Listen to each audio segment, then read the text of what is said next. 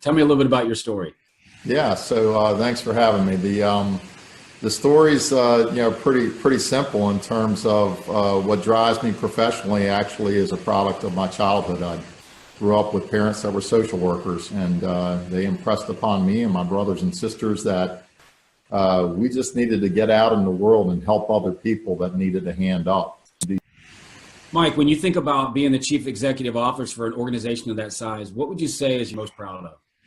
Yeah, so I think probably number one would be just scaling an organization that started at a much smaller state. When I first got involved with the business, we were a $3 million book of business serving 5,000 people in the state of Virginia. And we through acquisition and through organic approaches to replicating the successes that we had in our business, went state to state and either acquired our way in or replicated and scaled a business to 28 states, 3 Canadian provinces, wow, serving 65,000 clients on an annual basis. And that's a non-repeated number. So if we actually looked at the number of encounters we had with clients or meetings, we'd be up into the millions. So to me, that's a hugely significant accomplishment. So in your last role, tell me how that played out. Take me from your last role backwards, say the last decade. Go backwards then is almost to have been involved in most every role, all the way right down to what our those 6,000 people do in direct service to clients. I started in this work almost 25 years ago, directly serving individual clients that were trying to find their way through a system of social welfare, correctional involvement, problems in schools, problems at home, and help them both navigate those systems, not rely on government support and assistance, and find sustainability without the involvement of the system. How did you drive ownership at that level in terms of client and patient care? Make sure that everybody understood mission, vision, and values of the company, right? And that they were on board, that it was something that resonated with them, that it fit. They believed that they'd come to the right company, and in short order, they were doing the things that reflected the mission, the vision, and the values of the company. And so there was a lot of repetitiveness in making sure that that was out there and was understood. And at the same time, we focused a lot on why we do the work and why it's important and how we get work done. So we were a learning organization and constantly trying to use successes and use challenges as learning opportunities. When it comes to people, when you think about people, talent acquisition, what was your approach to finding the right talent? Not only finding the right talent, but retaining the right talent on a team that size? My background is very sports oriented, team oriented, competitive in nature. So I look for people with grit.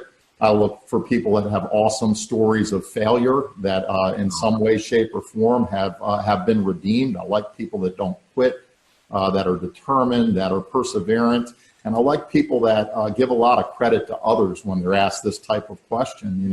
How do you do it? Well, I don't. I'm not the smartest guy in the room. What I do is I find the smartest people in the room and I bring them into the room. And if I were to go find the last 7 direct reports that work for you, and I asked them your greatest quality and your greatest opportunity for improvement, so that's 2 attributes, greatest quality and greatest opportunity for improvement, what would be a common denominator through those 2 questions? The common denominator would be communication. They'd say he's well written, he's well spoken, he's an articulate guy, he's a great storyteller, he really gets a message across, he inspires people, and creates a lot of energy that people can get behind.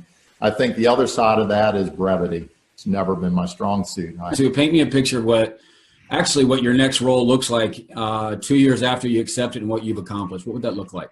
2 years down the road, I've got the team, right? The team is in place. So, and I'm a part of that, and I'm leading that. And, in the situational nature of things in business, there are times where I'm given directions, and there are other times where I'm a bit of a player coach. We're looking at data. We're creating good structures and systems and processes by which to drive our decision making.